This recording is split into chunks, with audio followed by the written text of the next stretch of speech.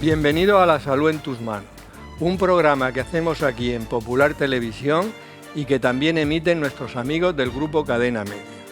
Hoy vamos a hablar de la incontinencia urinaria. Fijaros en los siguientes datos. En España tienen incontinencia urinaria 7 millones de personas. Solamente un tercio de las personas mayores consultan por este problema y solo el 20% recibe un tratamiento adecuado. No debemos de asimilar que la incontinencia urinaria es un problema que va asociado a la edad y que no se puede solucionar, puesto que muchas de ellas son reversibles. En este programa vamos a ver las distintas causas que pueden producir una incontinencia urinaria, cómo prevenirla y cuáles son los tratamientos más adecuados. Para todo ello tenemos en el plató a los siguientes invitados. Elizabeth Monzo, médico especialista en medicina familiar y comunitaria. Muchas gracias por venir, Elizabeth. Gracias a ti. Virginia Barberó, que es fisioterapeuta especializada en suelo pélvico. Muchas gracias, Virginia, por venir. Gracias a ti, Juan. Juan Pedro Martínez, médico especialista en obstetricia y ginecología en el Hospital Santa Lucía, en Cartagena, y profesor de la UCAM de ginecología. Muchas gracias, Juan Pedro. Gracias a ti. Y Antonio Romero, urólogo, médico especialista en urología en el Hospital Morales Meseguer y profesor de urología aquí en la UCAM. Muchas gracias, Antonio, por venir. Muchas gracias, Juan. Tenemos una sección donde sacamos las cámaras a la calle y le preguntamos a la gente sobre este problema, ver qué preguntas se le ocurren a ellos, qué quieren solucionar, que le contesten nuestros invitados. Damos paso a esta sección. ¿El embarazo puede ser una causa de incontinencia urinaria? ¿Cuál sería el tratamiento para una incontinencia urinaria? ¿Es cierto realmente que haciendo ejercicio se puede mejorar? Estas preguntas las iremos contestando a lo largo del programa. Elizabeth, voy a empezar contigo. ¿Qué es la incontinencia urinaria y si es cierto más o menos el dato que yo he dado de que en España hay 7 millones de personas afectadas? ¿Qué es la incontinencia urinaria? ¿Cómo la definiríamos? Pues Juan, la definición ortodoxa de la incontinencia urinaria, la verdad es que me gusta bastante porque no solamente engloba la parte de patología, sino también una parte social muy importante. La definición que se da es la pérdida objetiva de orina por la uretra, que puede generar un problema higiénico y social. Ahí la importancia de esta definición pues también engloba otra serie de puntos de vista que no solamente son los médicos propiamente dichos. Lo que tú me comentas es cierto, es una patología que según el Instituto Nacional de Estadística poseen un 11% de los varones y un 14% de las mujeres, pero en cambio la guía práctica clínica de incontinencia urinaria habla que 1 de cada 3 mujeres y 1 de cada 5 hombres podrían tener incontinencia urinaria. Por tanto, estamos ante un problema muy frecuente. Totalmente. Vamos a ver, Virginia, yo he dicho en la presentación que tú eres fisioterapeuta, que eres especialista en suelo pélvico. Últimamente oímos hablar mucho del suelo pélvico, pero dinos exactamente qué es el suelo pélvico y para qué sirve. Vale, pues para que el público en casa nos entienda, está en la zona genital, donde está la uretra, por donde sale el pis, tenemos la vagina, tenemos el esfínter anal y en esa zona tenemos un grupo muscular que tiene diversas funciones. Una de ellas sería el control de los esfínteres, tanto el de la micción como el de la defecación. Luego otra función del suelo pélvico sería para colaborar en el parto, en la salida del bebé. Otra función sería la amortiguación del esfuerzo. Cada vez que tosemos, que estornudamos, que cogemos peso, el suelo pélvico nota esa presión de los órganos hacia abajo y hace una contracción, refleja hacia arriba para mantener los órganos en su sitio, la vejiga, el útero y la ampolla rectal. Y luego también tenemos la función sexual. Esos músculos también hacen parte de la función mecánica sexual de la mujer y del hombre.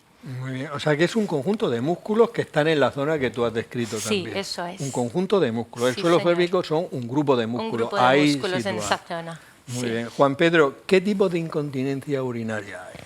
Principalmente hay 3 tipos de incontinencia urinaria y es importante ver la separación porque cada uno tiene unas causas. Y luego también es importante porque cada tipo va a tener un tratamiento diferente, principalmente. Entonces, en 4 palabras, pues, tenemos la incontinencia de esfuerzo. Cuando una mujer, yo siempre hablaré de mujer. Sí, para eso eres ginecólogo. Yo que soy ginecólogo. Y Antonio hablará de hombres, que para eso es urologo. No, pero ellos ven también a mujeres, verdad, también, cierto, ellos también. cierto, pero cierto. lo que no vemos nosotros es a hombres con incontinencia.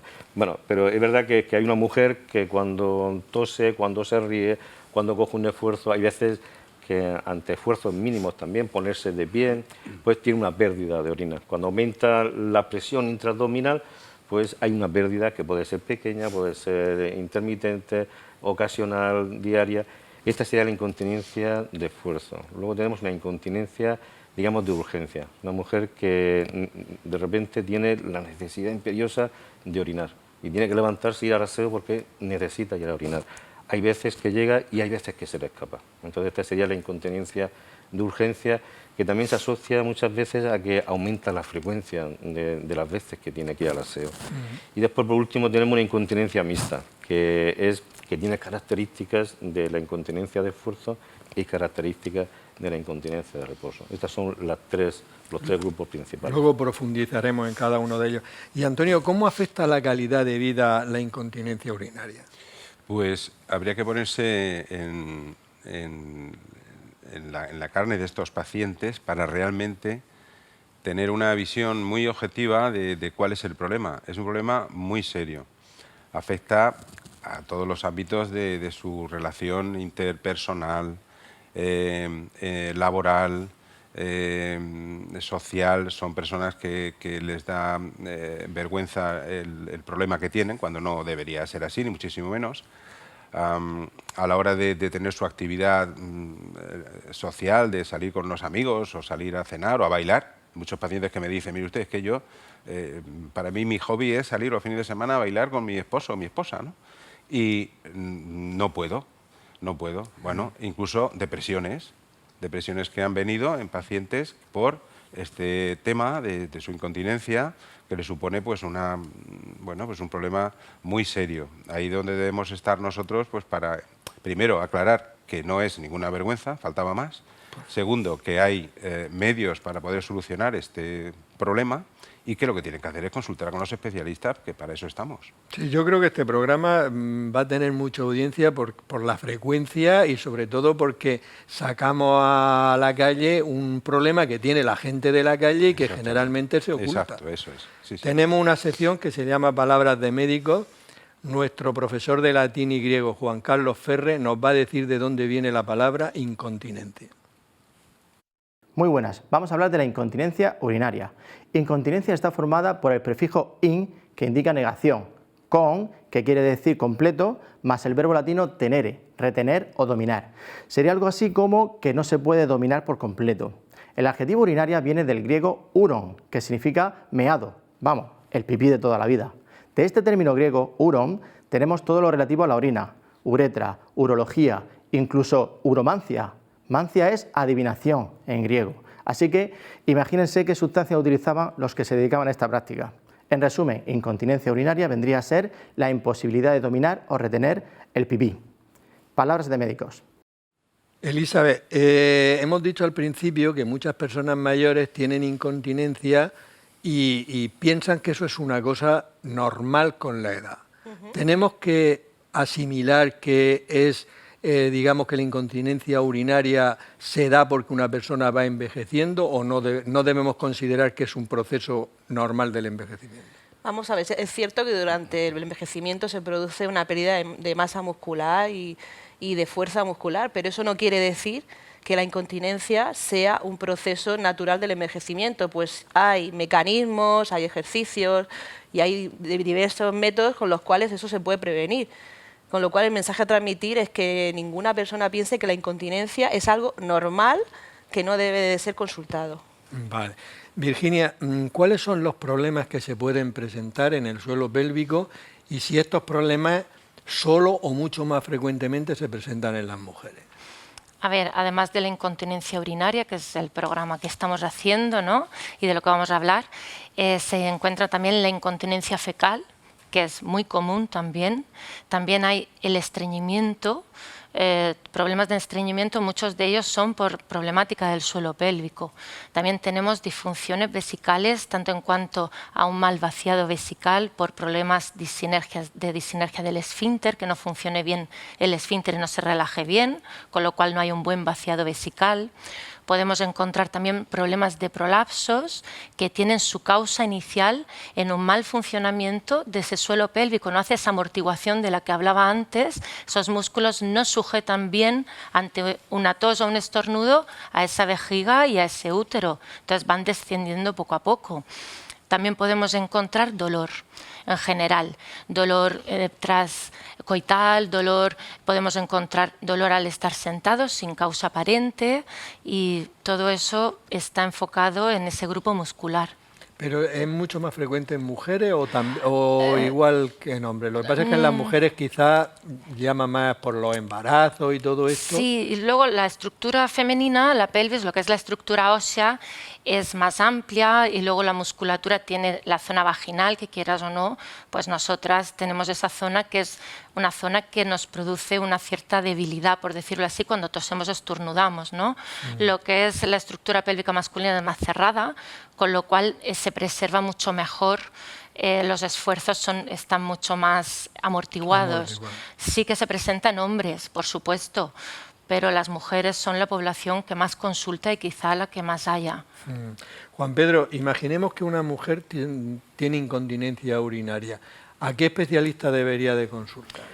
Mira, la incontinencia urinaria es una patología, es una enfermedad que está oculta muchísimas veces. Tú mismo antes lo has comentado, y está bastante oculto por vergüenza, porque lo que estabas comentando antes también, que muchas veces piensan que va asociado pues al cumplir años, y a los 70 pues se escapa un poquito, a los 80 se escapa más y lo ven como normal.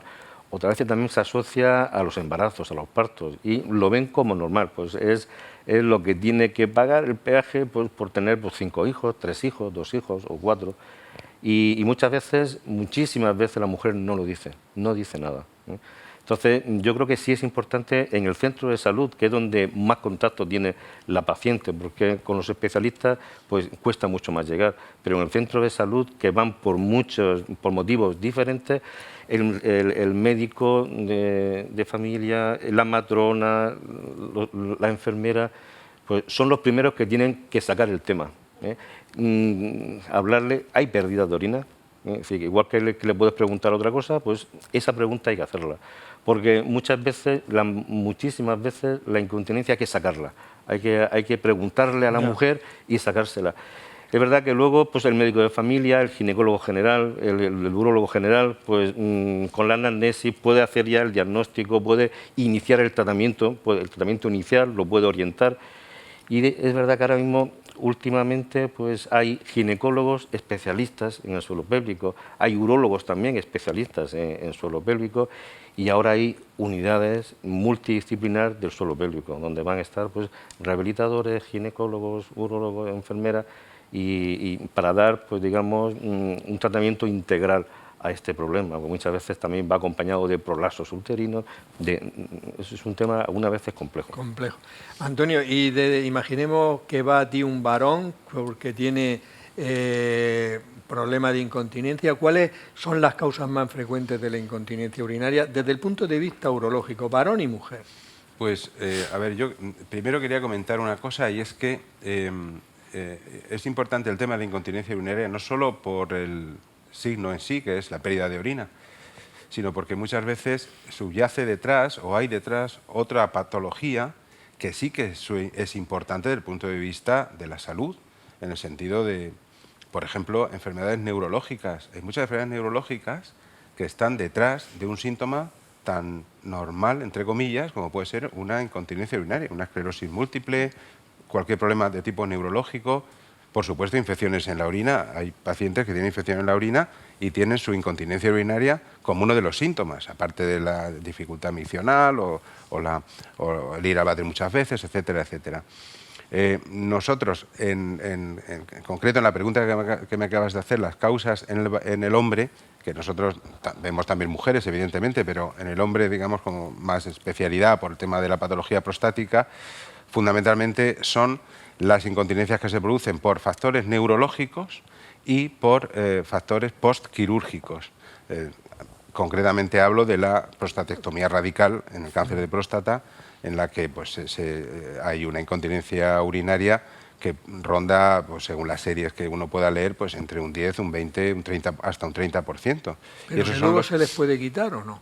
Claro, estos pacientes, el seguimiento que nosotros hacemos, por ejemplo, en nuestro servicio es de hacer primero una cirugía radical de próstata en los pacientes que está indicado y después no abandonar jamás al paciente. No lo hacemos ninguno, en ninguno de los casos, pero en este caso, en estos casos, el paciente necesita ser acompañado, es decir, sufre primero un estrés quirúrgico muy importante, que es una cirugía seria. Después existe unas consecuencias que no son banales, como es la incontinencia urinaria, la disfunción eréctil. El paciente debe seguirse o encontrarse acompañado, iniciando un protocolo de rehabilitación para ese esfínter urinario externo, que es el que se ve más afectado en la cirugía, y después, si existe, que hablaremos imagino después, si existe algún método quirúrgico para poder corregir esa incontinencia, es decir, que básicamente en el hombre lo que vemos nosotros fundamentalmente son enfermedades neurológicas y incontinencias secundarias a tratamientos quirúrgicos, principalmente por cáncer. Ya, pero que un varón de 60 años que empiece con incontinencia urinaria, que no piense que asociado a la edad, sino que consulte porque puede tener una enfermedad. Como efectivamente, una hipertrofia de próstata, una enfermedad neurológica, una disfunción miccional porque tengo una vejiga neurógena por otro motivo, etcétera, etcétera. Sí, sí. Muy bien. Elizabeth, ya se ha comentado algo, pero ahora la práctica. ¿Qué hacéis en atención primaria para la detección de la incontinencia urinaria? Vamos a ver, como ha dicho Juan Pedro, es fundamental que todos los profesionales nos concienciemos, desde matronas, enfermeros, médicos de atención primaria, fisioterapeutas de los centros de salud, de la necesidad de preguntar por ella. Igual que preguntamos si por la tensión o por el azúcar, también debemos de preguntar si tiene pérdidas de orina, tanto a hombres como a mujeres, porque en ocasiones es una patología que parece que se asocia más al sexo femenino. Es por eso que debemos de incorporar en nuestra historia clínica el preguntar por ella a todos los pacientes. La clave es preguntar. Sí, porque como hemos estado hablando, la normalización de la incontinencia urinaria hace que el paciente tampoco consulte por ella pensando que haya una patología, como ha dicho Antonio, de base o cualquier otra cosa, sino que lo ven como normal dentro del proceso del envejecimiento, como hemos estado hablando. Con lo cual, nuestra labor preventiva y curativa es preguntar. Muy bien. Virginia, ¿se puede prevenir la incontinencia urinaria? En cierta medida sí. Quiero decir que podemos hacer cosas para intentar que no hacer que la musculatura esté en condiciones óptimas. Por ejemplo, el suelo pélvico deberíamos tener en cuenta que ese grupo muscular tiene que estar fortalecido a la vez que elástico, tiene que estar tonificado, tiene que estar trófico, para poder mantener los órganos en su sitio y los esfínteres de los que estamos hablando, pues que funcionen adecuadamente. Tenemos que también tener en cuenta que además del suelo pélvico, la faja abdominal, el abdomen, tiene que ser competente, porque si el abdomen está debilitado, cada vez que tosemos o estornudamos o saltamos, la presión que hacemos, todos notamos una presión ante ello, entonces esa presión va generalmente directa hacia la vejiga y hacia el útero, con lo cual va descendiendo esos órganos y va provocando lesiones. De ahí que si mantenemos un tono del suelo pélvico adecuado, un tono de la faja abdominal adecuada y además una postura correcta, porque de nada sirve estar esa zona tonificada, pero si siempre estamos con una postura cifótica el resto del día, pues otra vez lo desactivamos todo. La gente va mucho al gimnasio y hace mucho deporte de todo, inclusive ahora mismo empiezan a preocuparse por hacer Kegel, por hacer tableta de chocolate, y lo que no ven es que el resto del día están en una postura que lo desactiva y no sirve de nada esa hora de gimnasio. Una postura adecuada sería erguida, ¿no? Así como... Una postura erguida, a la hora luego de toser, de estornudar y de coger mismamente un peso, tenemos que tener una postura también adecuada de la faja abdominal, no tenemos que relajarla. Contraer la musculatura, efectivamente, ¿no? Tenemos que retenerla un poquito, llevar la presión hacia craneal, hacia arriba y no hacia abajo. O sea que todo, con esas tres cosas sí que podríamos intentar que la incontinencia continencia, mantener la raya y que el suelo pélvico y los esfínteres funcionen adecuadamente. Muy bien. Juan Pedro, ¿qué factores favorecen la incontinencia urinaria? Mira, podemos separar factores de riesgo que nosotros no podemos modificar, ¿no? Por ejemplo, pues un factor sería genético. Hay mujeres que tienen, pues genéticamente tienen una debilidad del suelo pélvico. Ahí no podemos entrar. Embarazos, ¿no? Pues la mujer que está embarazada no le podemos quitar el embarazo, así que ese embarazo, las hormonas que ha hecho que el suelo pélvico pues esté más laxo, el parto, el embarazo ya cuando el feto va creciendo, que ya es grande, pues el peso pues también hace que baje un poquito el suelo pélvico. La menopausia también es un factor que no podemos quitar, no podemos hacer que una mujer no tenga la menopausia. Estos son factores de riesgo que ahí no podemos actuar, ¿no? La menopausia hace que haya atrofia en toda esta parte, en vulva, vagina, una cara de la vejiga también. Y aquí no podemos actuar, pero hay factores de riesgo que sí podemos actuar. Pues sobrepeso, que es un factor que hace que tenga mayor presión intraabdominal, y al final pues siempre el suelo pélvico es el que va cediendo. El tabaco, no, aparte que el tabaco es malo, es que el tabaco puede dar tos y al toser pues va haciendo que ese suelo pélvico vaya cayendo. Estreñimiento crónico, pacientes que tienen un estreñimiento de siempre, pues alguien que también al hacer demencia tiene que hacer fuerza y al final pues siempre el suelo pélvico siempre cediendo. Bebidas, el café, el alcohol, bebidas gaseosas, pues todo esto son estimulantes de la vejiga. Beber mucho, hay cierta moda en que hay que beber mucho, pues, y se beben, hay gente que bebe 4, 5, 6 litros. Sí. Vale, no va a ser la causa, pero sí hace que sea más importante la pérdida que tiene. Ejercicios, hay veces que el trabajo, si tienes que coger, una mujer tiene que estar cogiendo mucho peso o bien ejercicios violentos, donde haga al final siempre lo mismo, donde el suelo pélvico, ¿no? Aumenta la presión intraabdominal y va bajando. Todos estos son factores. O sea, todo lo que aumente la presión intraabdominal, la tos, el estreñimiento, el ejercicio, eso es malo para el suelo pélvico porque lo echa hacia abajo y lo fastidia. Muy simple, pero sí. Sí, yo esto lo hago, pero es que es muy simple. Yo se lo explico a las mujeres y es que es verdad, es que se ve. Si no aumentan la presión, el suelo pélvico está a su altura, ¿no? Sí. Vamos a ver, Antonio, Virginia ya nos ha dicho algunas cosas sobre la prevención de la incontinencia urinaria, pero desde el punto de vista urológico, ¿qué cosas podemos hacer para prevenir la incontinencia? Para la prevención. Desde el punto de vista urológico y teniendo en cuenta la especialidad que yo hago, desde luego lo mejor para prevenir la incontinencia urinaria es hacer las cosas bien. En el sentido de hacer una buena técnica quirúrgica, intentar ser muy exquisito en cuanto a la preservación de la musculatura del suelo pélvico.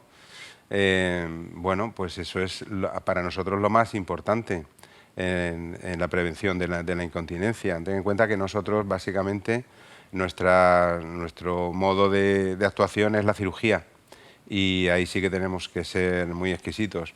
Con un buen diagnóstico, sin duda, y luego pues con un tratamiento lo mejor que se pueda hacer. Con experiencia también para tratar. Bueno, la experiencia se va adquiriendo con el tiempo. Cuando era más joven tenía menos experiencia, entonces uno va aprendiendo de todos. Ahora mis residentes aprenden algo de mí y yo también aprendí de mis maestros, quiero decir, que a los cuales pues le estoy muy agradecido, claro que sí. Muy bien. Vamos a ver, Virginia, nada más que hablamos del suelo pélvico.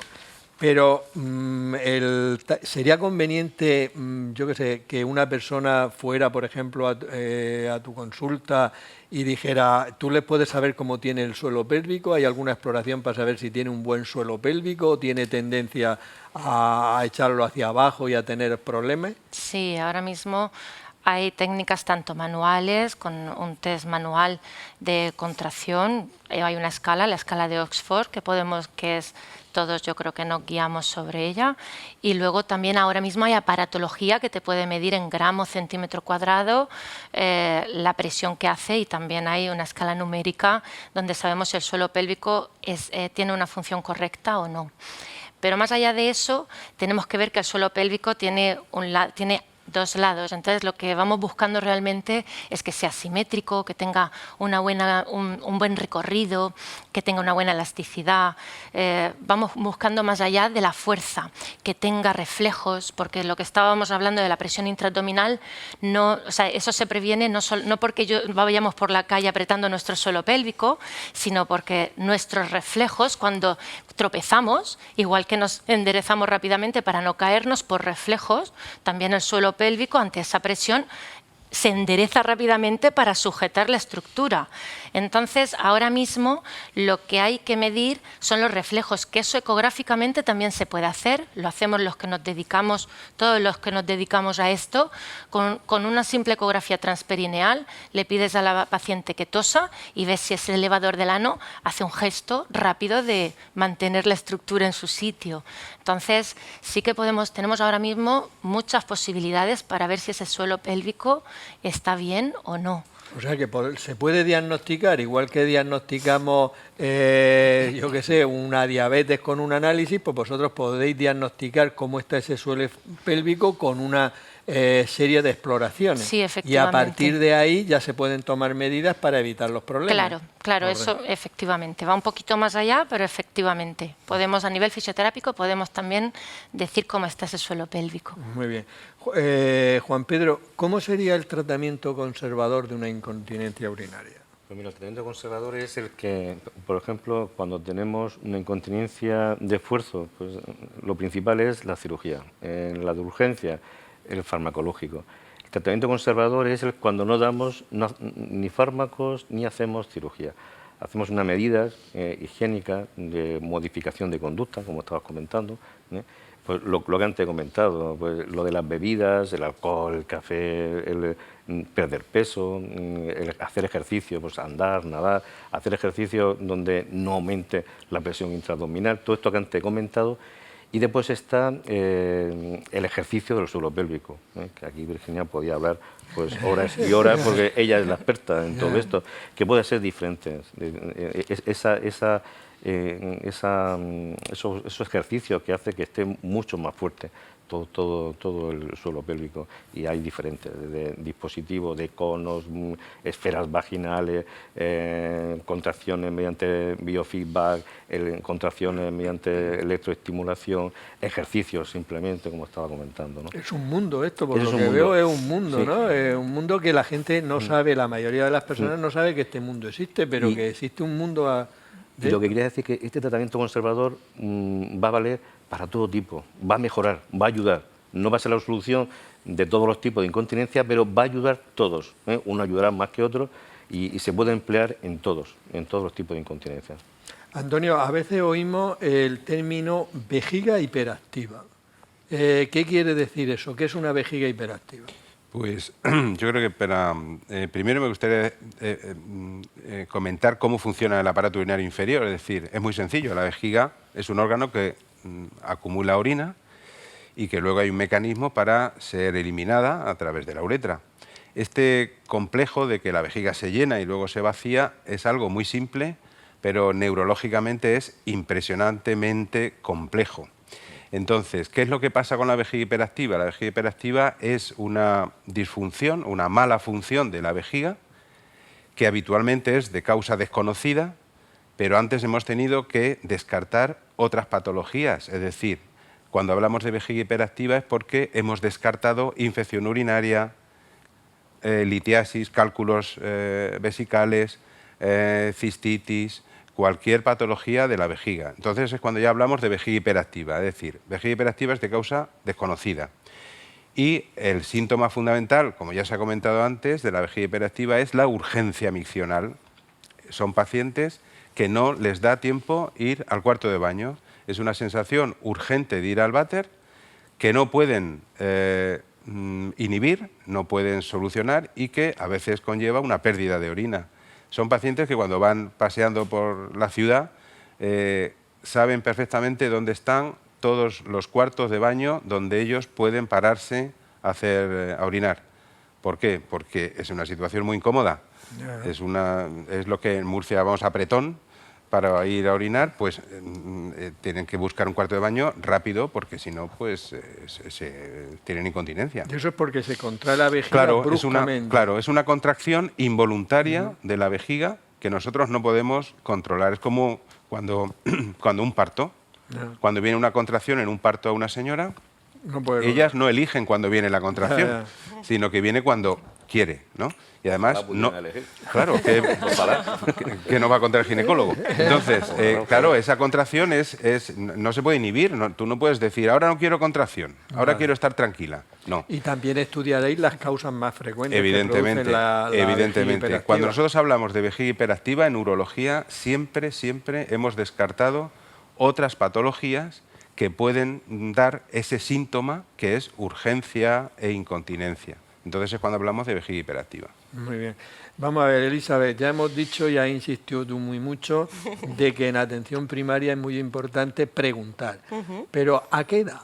Porque, por ejemplo, parece ser que las chicas jóvenes también sufren este problema. Sí, y en las últimas revisiones que he visto y que se han publicado, seguro que habrá gente que esté viendo el programa que se sorprenda, recomiendan a las mujeres mayores de 40 años preguntar por ello, y a los hombres mayores de 50 años son lo que recomiendan las guías médicas, con lo cual quitamos el estigma de que es una patología del envejecimiento de personas mayores. Sí, incluso ahí, antes de entrar al programa, hemos comentado que incluso hay gente más joven, incluso estudiantes de... Sí, del estudio que estaba comentando Antonio. Hay un estudio en universitarios donde la incidencia de incontinencia no era desdeñable, y a mí me llamó mucho la atención. Rondaba un 10% aproximadamente. O sea que hay que preguntar a gente joven. Claro, también. eso por lo que hay que incidir en los buenos hábitos de vida, incluso en chavales jóvenes que aparentemente están sanos, y de hecho lo están, pero que muchas veces tienen hábitos que no son saludables, ya lo ha comentado Virginia. Muy bien. Vamos a ver, Virginia, desde hace ya bastante años continuamente vemos en la televisión publicidad sobre las compresas para el tema de la incontinencia, como si no hubiera otro tratamiento. Entonces, ¿qué nos puedes contar de esto? Esto está bien que se anuncien, ¿no? Pero quiero decir, habría que hablar de que podemos intentar prevenir esto o curarlo. Claro, vamos a ver, las compresas no es una solución para la incontinencia. El que yo creo que todos los que estamos aquí en la mesa, cuando vemos esos anuncios, pues de alguna manera nos da un poco de rabia, porque parece que normaliza el hecho de que la incontinencia es algo que te tiene que pasar. Al principio los anuncios iban dirigidos a señoras más mayores, con lo cual se normalizaba en que has cumplido ya una edad, tienes que perder orina, pero es que ahora ya va dirigido a personas de entre 38 y 45, y el anuncio va muy dirigido sobre todo en momentos como es el deporte, ¿no? Pues se normaliza que ya en esa edad tienes que perder orina si haces impacto. Y eso realmente no es así. O sea, como hemos estado hablando hasta ahora, podemos poner medios, y además la compresa no es un medio para corregir la incontinencia, solamente es pues, un medio higiénico y para que la sociedad, el público en general, no vea que has perdido orina, pero realmente la forma de corregirlo está con todo lo que hemos ido hablando aquí cada uno de nosotros, desde lo más básico, que es fortalecer ese suelo pélvico, esa pared abdominal, corregir la postura, hasta la cirugía, la farmacología. O sea que eso sí que es una corrección, o poner medios, ocuparse de esa incontinencia es consultar con la doctora, y no poner una compresa. Vale, muy bien, perfecto, nos queda claro.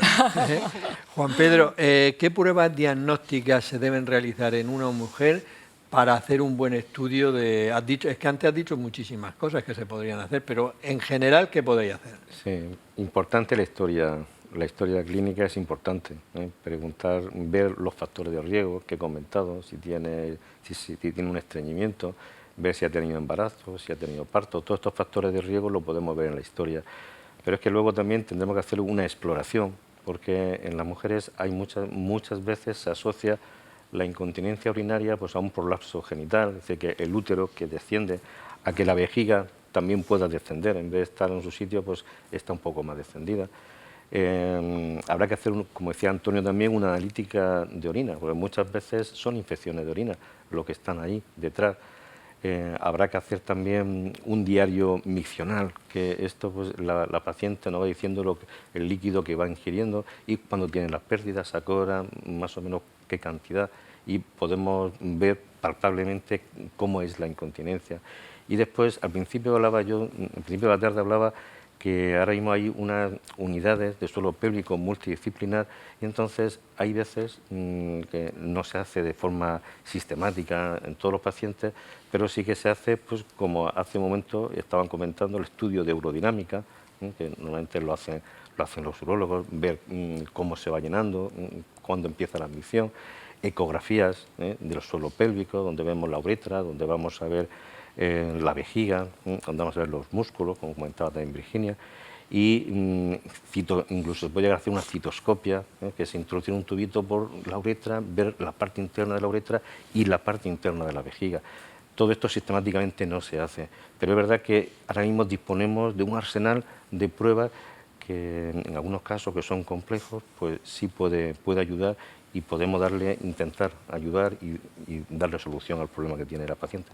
Muy bien. Y Antonio, en el hombre serían estudios similares, pero hay también algunas cosas que hagáis para los hombres que no se hacen en las mujeres, para el estudio de una incontinencia que sea compleja para llegar a un diagnóstico preciso. Pues yo no he visto dos incontinencias iguales todavía.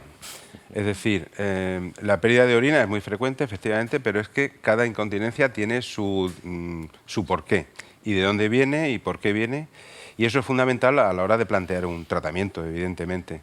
Las pruebas, básicamente, se han comentado, una exploración es fundamental, valorar el estado neurológico del paciente es muy importante, y nosotros, como fundamentalmente nos dedicamos a la incontinencia secundaria a cirugía, donde ya ha habido una denervación, o sea, una alteración de los nervios del suelo pélvico por cirugía oncológica, nosotros ya lo que hacemos es, básicamente, comprobar qué tipo de incontinencia, cómo está el esfínter externo, para saber qué tipo de tratamiento hay que poner después, que fundamentalmente primero es fisioterapia, evidentemente, pero después es quirúrgico en el 90% de los casos. Muy bien. Virginia, hay mucha gente hoy en día en Internet, todo el mundo se mete y tal, y hay gente que se autoprescribe ellos determinados ejercicios para el suelo pélvico. Por ejemplo, hay unos que se llaman ejercicios de Kegel y luego también están las bolachines. ¿Qué hacen en estos ejercicios y si hacen bien o sería mucho mejor consultar con un fisioterapeuta o con el médico para intentar aclarar bien las cosas? Los ejercicios Kegel son ejercicios de contracción del suelo pélvico en diferentes posturas y luego los tiempos que haces la contracción y la relajación, según cómo busques en Internet, también son diferentes, ¿no? Y la bola china es un dispositivo donde que la mujer se mete intravaginalmente, que, bueno, hay dos teorías para la bola china. Una sería que como la bola lleva una bolita dentro, el hecho de vibrar hace que la estructura vaginal, la musculatura lisa vaginal se vaya tensando y en consecuencia los músculos del suelo pélvico. Hay otra teoría que dice que, bueno, que la mujer de forma subconsciente, como sabe que tiene algo ahí dentro, está todo el rato contrayendo. Sea como fuere, yo preferiría, y lo que quiero dejar claro al público que nos está viendo, es que es mucho mejor consultar primero su problema con la médico de cabecera, el urólogo, ginecólogo, con un fisioterapeuta al que yo represento, antes de hacer cualquier cosa, porque como bien decía Antonio, no hay dos incontinencias por la misma causa. Y sin embargo, este tipo de cosas lo que hace es estandarizar. Y entonces hay veces que queremos poner un remedio y en realidad lo que estamos es buscando justo el empeoramiento. Entonces es mejor primero consultar. Vale, a mí me ha quedado claro, pero sabes que hay mucha gente que busca y cree que con eso se soluciona el problema. Y se lo recomiendan entre ellas. Y se lo recomiendan, cuando realmente lo que hay que hacer es consultar, hacer un diagnóstico preciso y luego poner las medidas adecuadas. Juan Pedro, ¿cuál sería el tratamiento de la incontinencia urinaria de urgencia? Antes te comentaba que principalmente de urgencia es farmacológico. Hay diferentes fármacos que lo que hacen es que es que no dejan que la vejiga pues tenga estos espasmos, estas contracciones que provoca la sintomatología de la urgencia y que al final pues que muchas veces no llega al aseo pues para poder orinar. Esto sería en primer lugar. En segundo lugar, si esto no funciona, pues hay veces que se hace unas infiltraciones de toxina botulínica que es como el Botox, ¿no? Que se pone muchas veces, es lo mismo, y esto hace que inhiba estas contracciones. Para relajar. ¿Y cómo se ponen en la vejiga? Pues hará con control ecográfico o algo de eso, ¿no? Normalmente lo hacen los urólogos y lo hacen infiltrando, con una jeringuilla van infiltrando esa cara de la vejiga, que es la que tiene estos espasmos. Y luego hay también pues una neuromodulación sacra, también se emplea, esto es de segunda línea, y es como un marcapasos que se pone para el corazón, pero esto sería un marcapasos para ayudar a normalizar pues todo este sistema nervioso que va a innervar la vejiga. Y luego no podemos olvidar los estrógenos. Los estrógenos en las mujeres menopáusicas, en las premenopáusicas no, pero en las mujeres menopáusicas, los estrógenos que siempre ayuda a que toda esta zona esté atrófica, y los estrógenos locales pues van a ayudar también. O sea, la falta de estrógeno hace que se atrofie todo eso y los estrógenos locales en crema, que además tienen muy poquitos efectos secundarios. Muy poquito, porque las reabsorciones en la cara vaginal, por la vagina y a nivel sistémico entra muy poquito y se toleran perfectamente. Y ayudan también. Muy bien, lo que veo es verdad, lo hemos dicho ya alguna vez, pero es que el tema de la incontinencia urinaria, una incontinencia urinaria, madre mía, y lo que hay para el diagnóstico, para los tratamientos, es un tema complejo. Nunca me había dado una idea. Necesitamos otro programa, Juan. Necesitamos otro programa, ya veo, vamos a seguir. Antonio, ¿cuál sería el tratamiento en la incontinencia urinaria de esfuerzo? Quirúrgico. A ver. La incontinencia urinaria de esfuerzo habitualmente suele ser por dos causas. Uno, fundamentalmente, por una hipermovilidad de la uretra no está fija y la uretra hay que ponerla en su sitio. Y la rehabilitación ayuda, evidentemente, sobre todo en los primeros casos, en los primeros momentos, donde es una incontinencia un poco más leve, o porque la mujer pues tiene una musculatura todavía fuerte, relativamente fuerte. Pero la mayoría de las veces, cuando esto no es posible solucionarlo mediante otros métodos, el tratamiento es quirúrgico.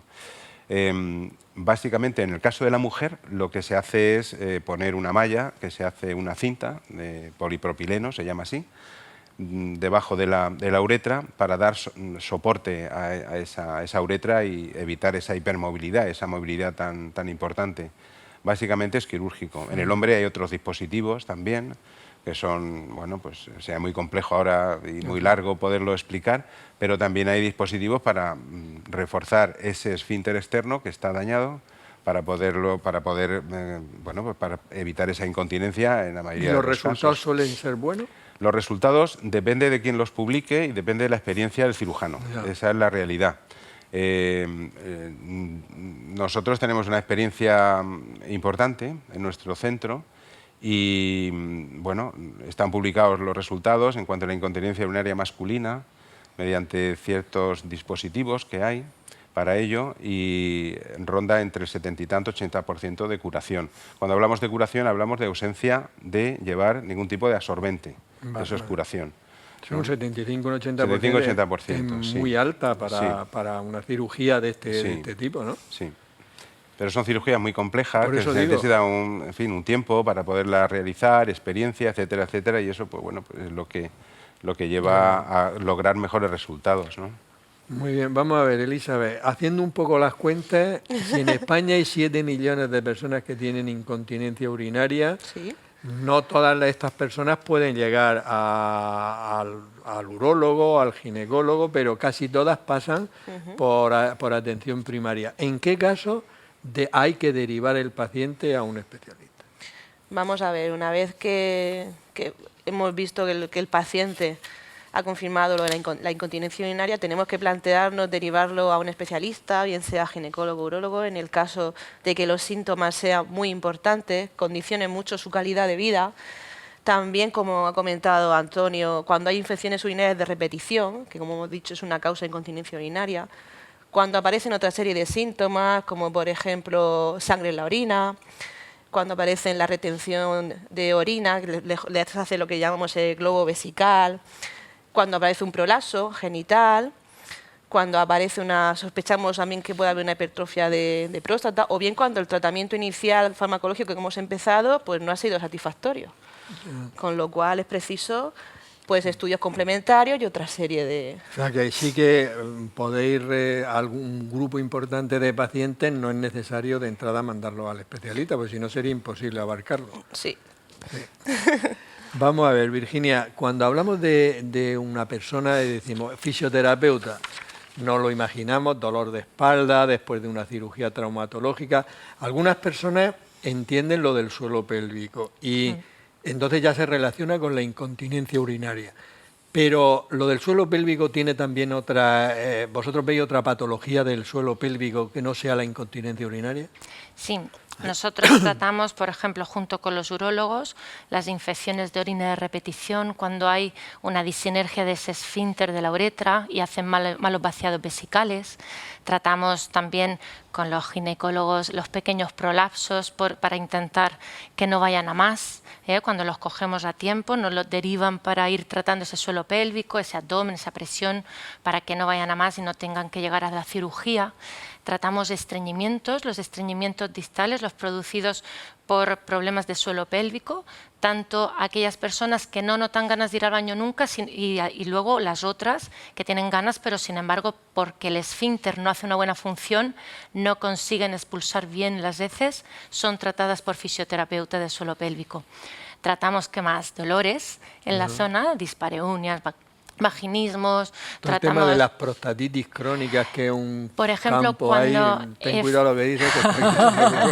Efectivamente, cuando, por ejemplo, sí que nos derivan muchos urólogos que dicen, bueno, pues yo le mando la medicación y ellos que vean si a nivel miofacial, a nivel estructural, si además de ese dolor prostático, a ver si realmente es que tiene alguna contractura, un punto gatillo que está haciendo que él sienta que el dolor es durante la micción y el vaciado, pero a lo mejor es que es la musculatura que está haciendo que se desencadene todo ese dolor. Sí que tratamos, no la prostatitis, una prostatitis que es infecciosa, por supuesto, no, pero la consecuencia que pueda quedar de ese dolor residual sí las tratamos también. Muy bien, veo que tenéis trabajo, tenemos muchísimo trabajo, derivado por todos ellos. Yo quería comentar que, por ahí me lo acabo de decir, pero hay un grupo de mujeres que están con dolor al mantener relaciones, con dolor ahí en vagina, y que nosotros ya muchas veces no sabemos, porque vemos que orgánicamente no hay ningún problema.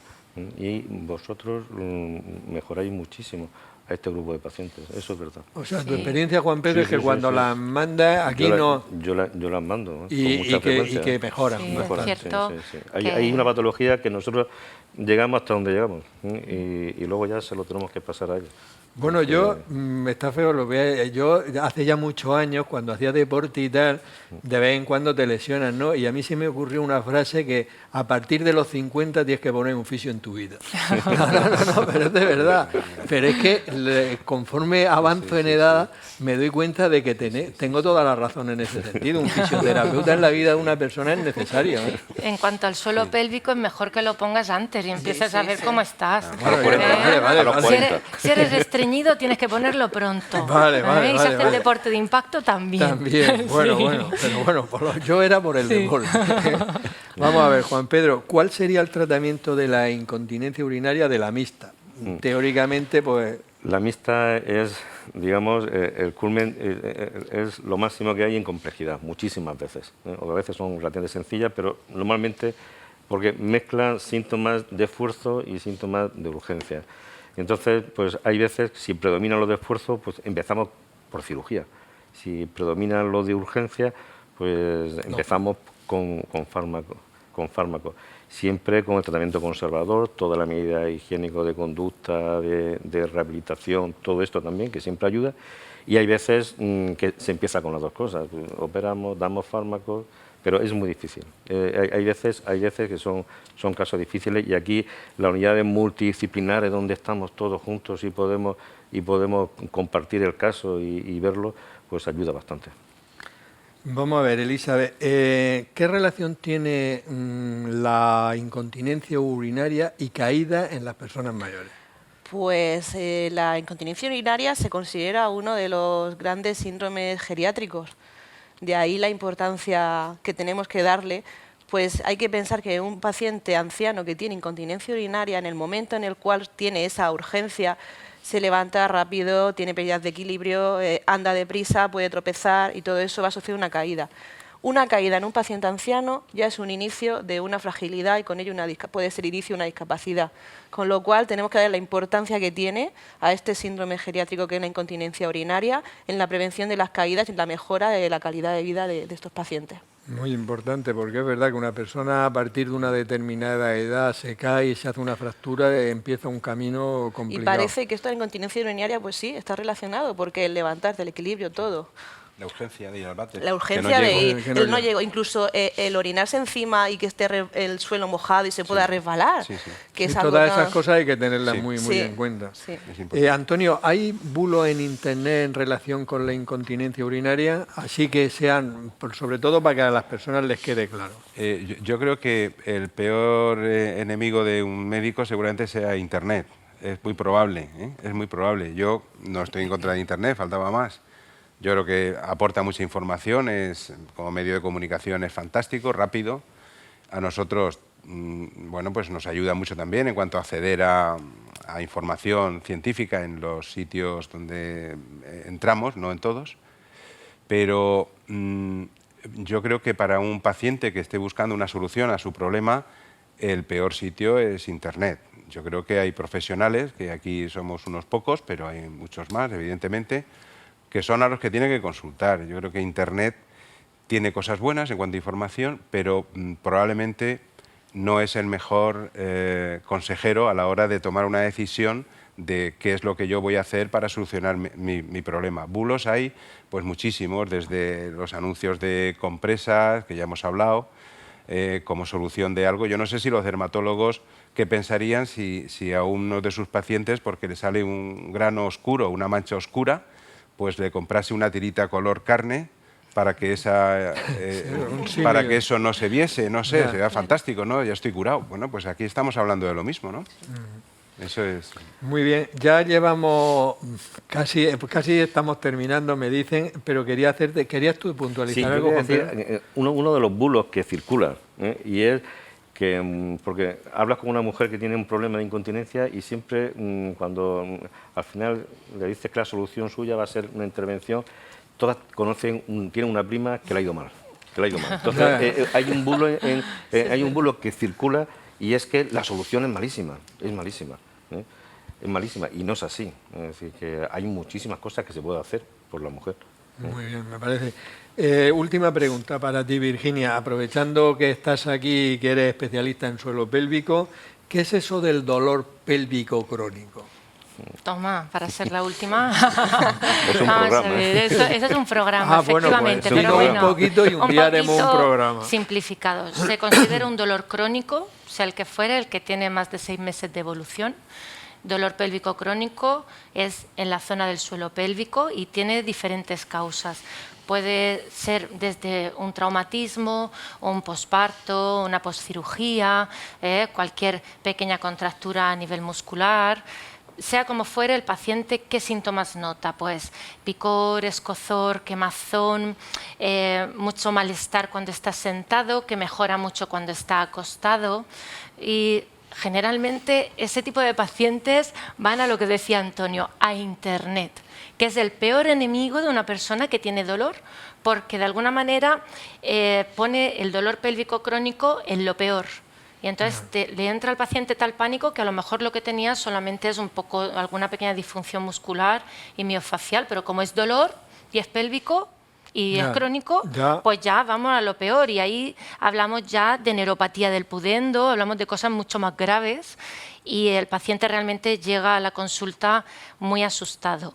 Yo lo que quería llegar, porque esto efectivamente es un programa entero, o sea, yo lo que quiero hacer llegar a la gente que nos escucha es que por tener dolor en esa zona y por tener un tiempo de evolución mayor de 6 meses, no necesariamente tiene que ser una neuropatía del pudendo, ni tiene que ya pensar que eso es cirugía o estar toda la vida así, sino que los dolores en esa zona se resuelven y con fisioterapia se resuelve, con farmacología se resuelve, o sea, que lo consulte. Bueno, pues haremos un programa en el futuro Sí. sobre el dolor pélvico crónico. Bueno, ya no queda más tiempo, pero en los 5 últimos minutos, pues 1 minuto para cada uno. A ver, Elizabeth. Tengo que seguir con lo mío y es que los pacientes consulten, hablen con su médico cabecera, su médico de familia, se lo cuenten. ¿De acuerdo? Que estamos para ayudarlos y que es una patología que existe y que en muchos casos tiene curación. Que no la normalicemos como algo que ocurre, sino que se pregunte y se consulte. Muy bien. Virginia. Estoy totalmente de acuerdo con ella. Además de eso, tenemos que hacer mucho la prevención. Antes de que tenga un problema, si he tenido un parto, tendría que preguntarle a mi ginecólogo cómo me he quedado e intentar prevenir, igual que hacen los franceses, prevenir antes de que lleguen los síntomas, pues poner todo otra vez un poco a tono. Muy bien. Juan Pedro. Lo hemos dicho ya varias veces todo, me parece a mí, pero que la incontinencia no acaba en la compresa y que tiene solución. Yo con esto acabo. Muy bien. Antonio. Pues yo diría que el personal médico debe ser proactivo en este tipo de patología, no debe ser olvidada. Creo que a los pacientes hay que preguntarles. Conlleva una gran problemática social y personal este tipo de problemas y la solución existe en una inmensa mayoría de los casos. No en todos, evidentemente, claro que no, medicina no es así, pero que soluciones hay. Muy bien, pues yo creo que de verdad que había hecho un programa muy interesante, que se ha sacado a la luz un problema que afecta a 7 millones de personas en España y el mensaje lo habéis transmitido vosotros perfectamente. O sea que cualquier persona que tenga incontinencia urinaria, que no vaya a internet, que vaya primero a su médico de atención primaria y después que estáis todos los especialistas, incluyendo por supuesto la fisioterapia, que parece que está dando muy buenos resultados. Entonces, por mi parte nada más, despedirnos hasta la próxima semana en un nuevo programa de La Salud en tus manos. Que seáis muy felices.